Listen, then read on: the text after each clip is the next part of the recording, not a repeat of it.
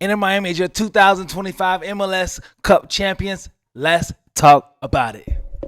Ain't been tight, never known curfews. Sunday night quiet, I ain't even out my church shoes. I done been wide, premarital guessing perfumes. Psycho in a lot, they keep asking me who hurt you. Dreaded for diapers, ain't that some shit? You think buying beers and pacifiers made me a pacifist? There's a list of asses that I like to whip in this timeline. Hey, what's up? Welcome to Sports World Talk Soccer, where we talk the world of soccer, aka football, aka the beautiful game. And today, of course, as you can tell by my energy, I'm happy we're talking about Inter Miami winning their first MLS Cup. What a game it was against Vancouver Whitecaps. The Whitecaps, I'll tell you first and foremost, they came with it, which I'm not surprised at how they played. I knew they was a well-coached team. They're a team that you can tell they have chemistry. They've been playing together for quite some time. Bert Carter definitely seemed like the glue man to that team as far as just making sure this is getting done and everything. And what a game from them. I'll tell you that right now. There was definitely some fear in me because of them. You know what I mean? They definitely controlled the pace, the possession majority of the game. After the first 10, 15 minutes, I would say probably 15 minutes, they took control of the game as far as possession and, made Miami struggle getting their offense going. It was definitely a hard time for Miami transition the ball down the field, trying to get their offense and stuff going. It was not looking good. It was definitely wasn't a beautiful game from Inter Miami, but what Inter Miami does well is they know how to take a moment and make it count. You know what I mean? Whether it is the situation, with Rodrigo de Paul scoring the second goal to be up 2-1 and everything like that.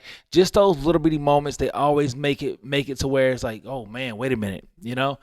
They brought a lot of pressure to Inter Miami. That back line was struggling. Ian Frey, I feel like he should have came out the game probably around the 70th minute, 75th minute. Just because, like I said, all the pressure that the Whitecaps was bringing in, I think he was definitely getting tired. He ended up getting a cramp and coming out the game. But I think 10, 15 minutes earlier, he should have came out. I would have made some changes then and around the midfield too as well. But I think they finally brought Segovia in the midfield as well. I think Savetti, he ended up coming out too as well. And they bring some defenders in to help lock down. I think that was Miami's mindset after they saw that second goal around the 71st minute. Hey, let's hold on, let's lock in. And they did a great job of trying to hold on and trying to fight off the attackers of what Vancouver is. Vancouver is going to be a serious, scary team in the future just in general.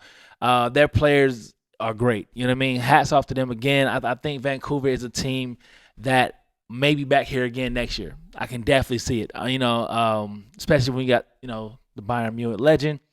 But like I said, it was a good game. I like what I saw out of Noah Allen as well. He's somebody that played confident and seeing him being that young, playing with that much confidence, no butterflies, anything like that, I like that. I like what I saw out of him. I like Allende still coming in, still trying to continue that same energy that he had in previous games. But hey, Vancouver, they play was just, they was making it difficult for Miami. You know what I mean? Like I said, I'm not surprised. Like if you saw the video I did before, I said, hey, if Vancouver wins, this is how they're gonna do it. Being aggressive, playing a high pace game, and everything like that. Taking away that second option. So if Messi's not gonna do it, the second person, which would be Allende, making sure he's not doing it as well. Now, in that video, I did say as well that the game will be 3-1 Inter Miami. Now, I said if Miami score first, it'll be 3-1. If Miami doesn't score first and Vancouver does, it'll be 2-1, still Miami. But I got the score right. You know what I mean? So it was definitely a game that I think that it could have been better. So like I said before, substitutions could have been better for Inter Miami, but they took control of it. You know what I mean? As far at the end, they took control. They locked in on defense, and they did what they were supposed to do. I love the Rodrigo de Paul goal assist from Messi. I love that. It was definitely seeing them lock in, seeing the stars be stars. The awards are still going on right here, but seeing the stars be stars. That was the moment. Like I said in the Miami video predictions, I said the stars will have to be the stars. I wanted some Messi magic. We didn't get any Messi magic, but hey, we got the win. You know what I mean? We got some Messi assist, and as well. But like I said, Rodrigo De Paul stepping up. He hadn't scored in quite some time, but him stepping up, making that goal. Like I said, he's a star player. A star player had to finish in star moments, and he did that. So hats off to him. I think he had probably the most touches on Inter Miami in the game as well. I think that, like I said, that's probably the loudest I've ever heard Chase Stadium from TV, off TV and everything. I love the atmosphere they had. I can't wait to see that same atmosphere in the new stadium next year as well. I think it's going to be even better. I think Inter Miami is, I would say the future for them is definitely building that brand even more. You know what I mean? Like I said, everybody always say, oh, well, Savetti, he's going to be there for a little bit, then get sold off. I don't think they should do that. Like I said before, if Inter Miami wants to be taken seriously and be a top brand, global brand, don't sell off your players. Build your players up. Let everybody know this is the place to go.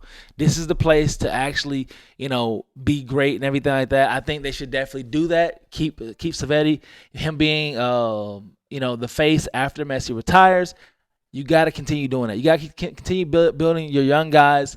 Somehow you got to keep Allende, I would say, just to see how it goes. Yes, he has some up and down season. He wasn't my favorite person during this regular season.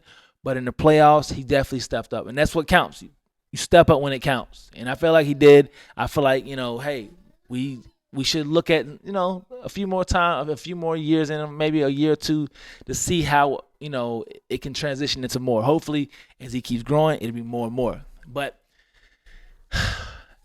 they definitely got to get some people, of course, for the midfield as Sergio Busquets, his last game in the MLS with Inter Miami, with Messi and the crew and everything to replace him, which I think it may get DePaul go in the middle or something like that. I'm sure they'll make some changes. There are a lot of rumors right now of Miami, trying to get this person, that person, this person.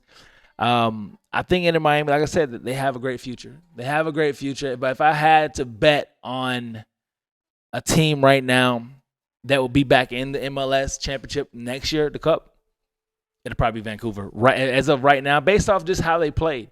Miami definitely needs to make some changes. Like I said, I am biased for my team, but I'm honest too at the same time. They got to make some changes. They got to, get more consistent. They got to get to where they have a rhythm. They have a recipe for success, which they dabbled in it. You know what I mean? You saw the past few games against Cincinnati, against Nashville, against New York City FC and everything. You saw that recipe working. So use it. But as you saw against a team like Vancouver, a lot of those old mistakes started coming out again. Hard to transition the ball, fouling, giving up ugly shots and stuff like that. Having the other team control the ball too much and everything, not being able to have possession. You know what I mean? A lot of those mistakes they had in the regular season started coming out a little bit here. But, again, the stars will be stars. Rodrigo De Paul and Messi would have had 2 assists technically, but of course there was an own goal and I think the 9th minute. It was just, like I said, great game. Pardon this interruption. I just want to check. Have you liked this video? Have you subscribed to this video? If not, definitely subscribe. I love making content for people, and we definitely want to keep stuff going. But you gotta let me know what you think, and make sure you subscribe and join the family. All right, back to your regular program. And speaking of stars being stars, what about Suarez? Suarez didn't play this game. He didn't play against New York City. He didn't play against Cincinnati. Will this affect his future with Inter Miami? Me personally, I think so. I think Suarez maybe is, in his last season with Inter Miami. I know he wants to retire with Messi, but I just don't see it happening. And there have been some rumors coming out that he may go back to his home country, his home team, I think when he first started with, going back there and playing. But I wish he would at least got some time in, maybe 15 minutes, but at the same time, the type of game it was, we just couldn't afford it. You know what I mean? He's a liability at times on defense. Now at his age, on offense, I don't know if he would have, made a difference right now as far as how this game was in. So unfortunately, I wish he would have got some time in, but he didn't get any time in for Suarez. Like I said, if he comes back to Inter Miami, I won't be upset. I'd be cool with that. But in the similar role, off the bench role, a guy that helps the young players, a mentor type guy, a good veteran. That's the type of position I feel Suarez should come back if he does come back with Inter Miami. Me personally, like I said, Inter Miami has a lot to build on. They should be happy with this. What a way to go out for Jordi Alba and Sergio Busquets, going out with a championship. They go off to retirement. They go off to whatever next step they want to take with their lives and stuff like that. But definitely glad they came here. My thing is, how would Inter Miami look next year? There was the popularity was the Barcelona guys, but now majority of them are all gone except for Messi. And I'm excited to see what's coming up next. Like I said before, a lot of the players that they are rumored to get are in their mid-20s ish. They will have some DP spots open up. Of course, Rodrigo De Paul will take one of those spots, but who will be the third DP? Hopefully, MLS change rules and salary cap go up. Just saying, but I don't know. But who will be the third DP? You know what I mean? I think Inter Miami definitely has a possibility of getting another talented player, but should it be someone on the defensive back line? Should it be a forward or something like that? Who should that third DP be? Like I said, Rodrigo De Paul, obviously he's getting one spot. Of course, Messi another spot. The third spot, where should it go? Like I said, I think Miami has some good young players. Like I said, Ian Frey he's promising. Noah Allen, he's promising. Savetti, he's promising too as well. Rodriguez, he's promising. Segovia, they all have promise. But like I said, the main thing is getting these guys to be consistent, and I think it's a possibility. You know what I mean? And with Javier, hats off to him. He had an up and down season towards the end. He got pretty strong.